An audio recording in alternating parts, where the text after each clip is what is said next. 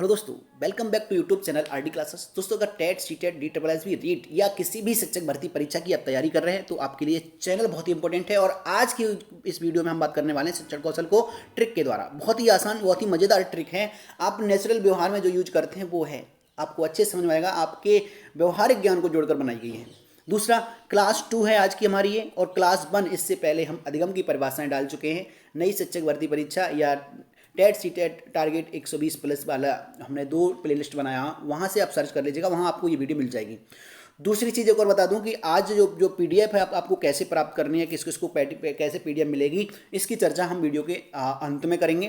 पहले हम ये दिखाते हैं आपको कि आपको पढ़ना कैसे है।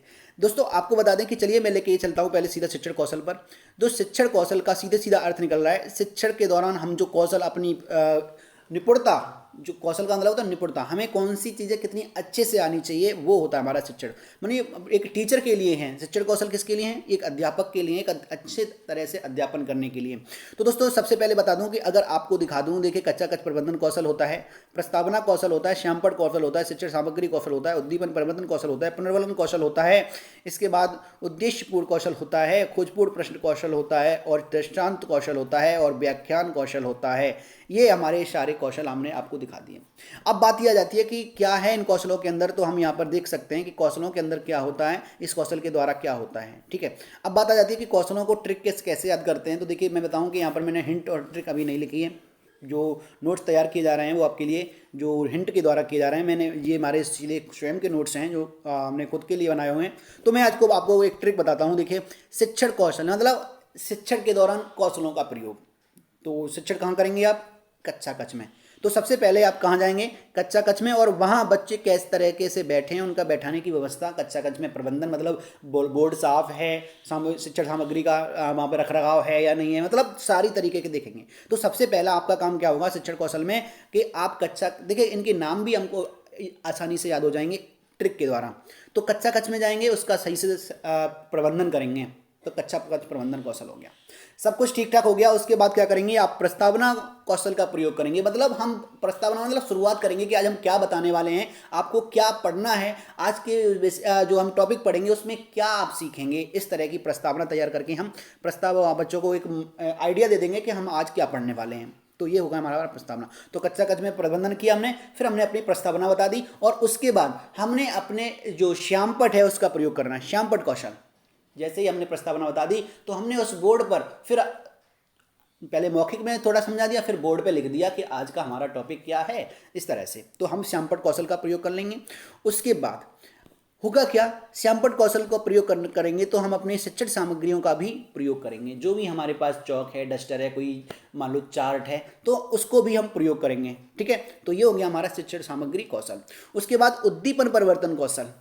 अब क्या होगा कि जब आप पढ़ाएंगे बच्चों को, शिक्षण सामग्री के द्वारा समझाएंगे चीज़ों को, तो हो सकता है बच्चों को समझते समझते थक जाएं, यानी रुचि अरुचि में आ जाए, मतलब कम रुचि रह जाए।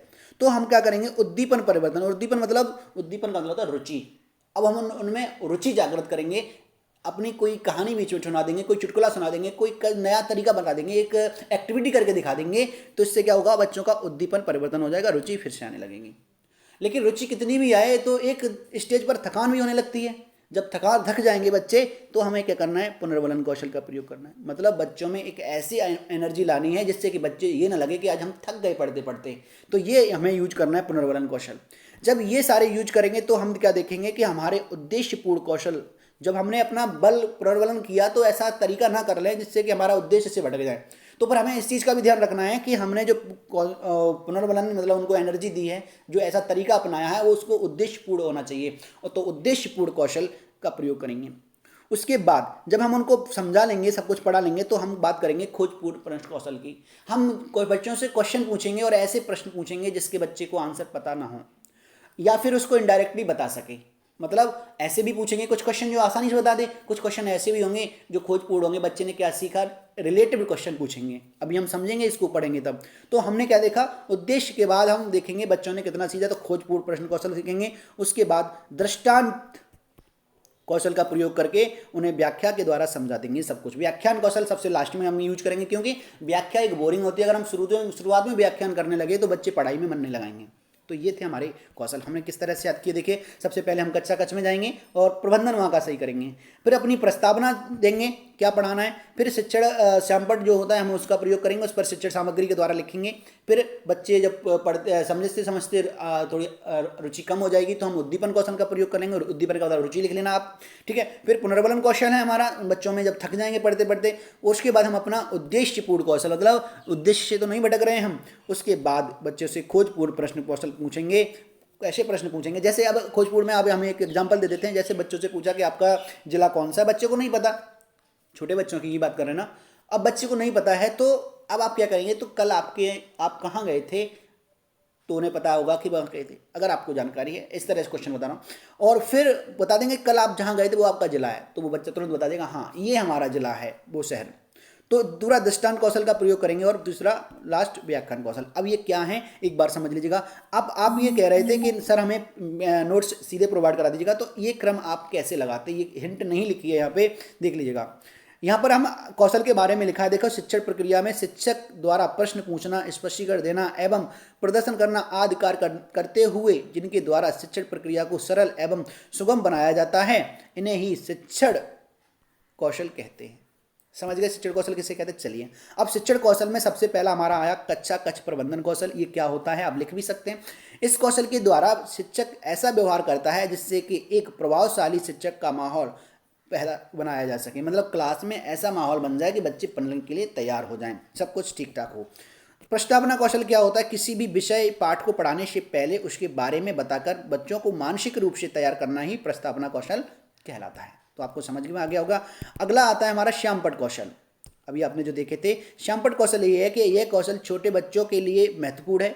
बच्चों को मूर्त रूप में या चित्र के द्वारा समझाने के लिए श्यामपट कौशल का प्रयोग होता है। इसके अंतर्गत साफ लिखना, जो श्यामपट कौशल है, इसमें श्यामपट कौशल में हमारे एक चीज़ जरूरी है क्या, लिखावट आपकी साफ हो, चित्र साफ हो, सही ढंग से बनाना आदि आते हैं। तो श्यामपट कौशल तभी होगा, ऐसा नहीं आप श्यामपट का प्रयोग कर रहे हैं वो कौशल है, नहीं, उसमें साफ लिखाना होना चाहिए, चित्र भी अच्छा बना हो। अगला शिक्षण सहायक सामग्री प्रयोग का कौशल क्या होता है, शिक्षण प्रक्रिया के दौरान दृश्य श्रव्य एवं दृश्य श्रव्य सामग्री का प्रयोग करना या फिर कुशलतापूर्वक प्रयोग करना। शिक्षण सामग्री रोचक, संगत एवं परिशुद्ध होनी चाहिए, मतलब जो शिक्षण सामग्री है वो रोचक भी हो, अच्छी भी हो, संगत भी हो, जो हम पढ़ा रहे हैं उसी से रिलेटेड होनी चाहिए, और परिशुद्ध भी होनी चाहिए, तभी हम कहेंगे कि हमारा शिक्षण सामग्री कौशल अच्छा है।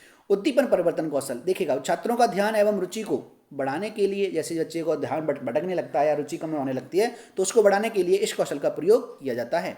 शिक्षक के शरीर के संचालन एवं हाव भाव में परिवर्तन द्वारा भी संभव है। इसे हम अपनी बॉडी लैंग्वेज, हम अपने शरीर की एक्टिविटी द्वारा भी बच्चों की रुचि को ला सकते हैं। ठीक है, तो चलिए आगे बात करते हैं हम पुनर्वलन क्वेश्चन की। बहुत ही रोचक तरीके से हम स्टडी करेंगे। अगर आपको समझ में आए तो प्लीज़ लाइक शेयर जरूर कर देना वीडियो को। और आगे का है हमारा पुनर्वलन क्वेश्चन। पुनर्वलन मतलब दोबारा से, छात्र से आसान सवाल पूछकर कैसे आएंगे। अब यहाँ पुनर्वलन में हम आसान सवाल पूछेंगे, उसे शाबाशी देकर अंदर से खुश एवं ऊर्जावान बढ़ाना ही हमारा पुनर्वलन क्वेश्चन है। बच्चा हम ऐसा क्वेश्चन पूछें और बच्चा बता दे, और उसकी हमें पता होता ना बच्चा कितना कौन सा कैसा है, तो उसके अकॉर्डिंग पूछें, और फिर उसे शाबाशी जैसे वर्डों के द्वारा अगर हम बिठाएंगे तो वो एनर्जी के साथ बैठ जाएगा। उद्देश्य कौशल क्या होता है, पढ़ाने वाला विषय पाठ उद्देश्यपूर्ण एवं इसका छात्र की वर्तमान कक्षा एवं आगामी कक्षा से संबंधित हो। मतलब हम जो उद्देश्यपूर्ण कौशल होता है उसमें यही ध्यान रखते हैं कि जो हम जिस उद्देश्य से पाठ को पढ़ा रहे हैं उसका जो विषय वस्तु हम यूज कर रहे हैं या फिर जो हम तरीका बता रहे हैं वो उससे संबंधित होना चाहिए। अगला आता है हमारा खोजपूर्ण प्रश्न कौशल। खोजपूर्ण प्रश्न कौशल का है, यदि बालक उत्तर देने में असमर्थ हो तो उसे हिंट के तौर पर उसी से संबंधित प्रश्न पूछते हैं। खोजपूर्ण प्रश्न, तुम्हारे जिले का क्या नाम है, अब उसे नहीं पता। तुम्हारे नज़दीक में जेल कहाँ है, अब उसे नहीं पता। तो कभी हमें ये देखना है कि वो बच्चा वहाँ कभी गया है, उसकी जानकारी थोड़ी सी होनी चाहिए। जिसकी भी जानकारी है हम उसका नाम लेंगे। जैसे हमने पता था वो कल अपने ज़िले में गया था तो हमने देखा तुम कल कहाँ गए थे, वहाँ कल हमने पता है कि उसके पड़ोसी में कोई आया है, तुम्हारा पड़ोसी कहाँ से आया है कल छूट के, तो उसी को जेल कहते हैं, ऐसे समझा देंगे। व्याख्यान कौशल, व्याख्यान कौशल क्या है, इसके द्वारा कहानी या शब्दों के माध्यम से बालक को समझाना, व्याख्या देना व्याख्यान कौशल कहलाता है। इस कौशल में शिक्षक के हाव भाव एवं समझाने के तरीके महत्वपूर्ण भूमिका रखते हैं अपनी।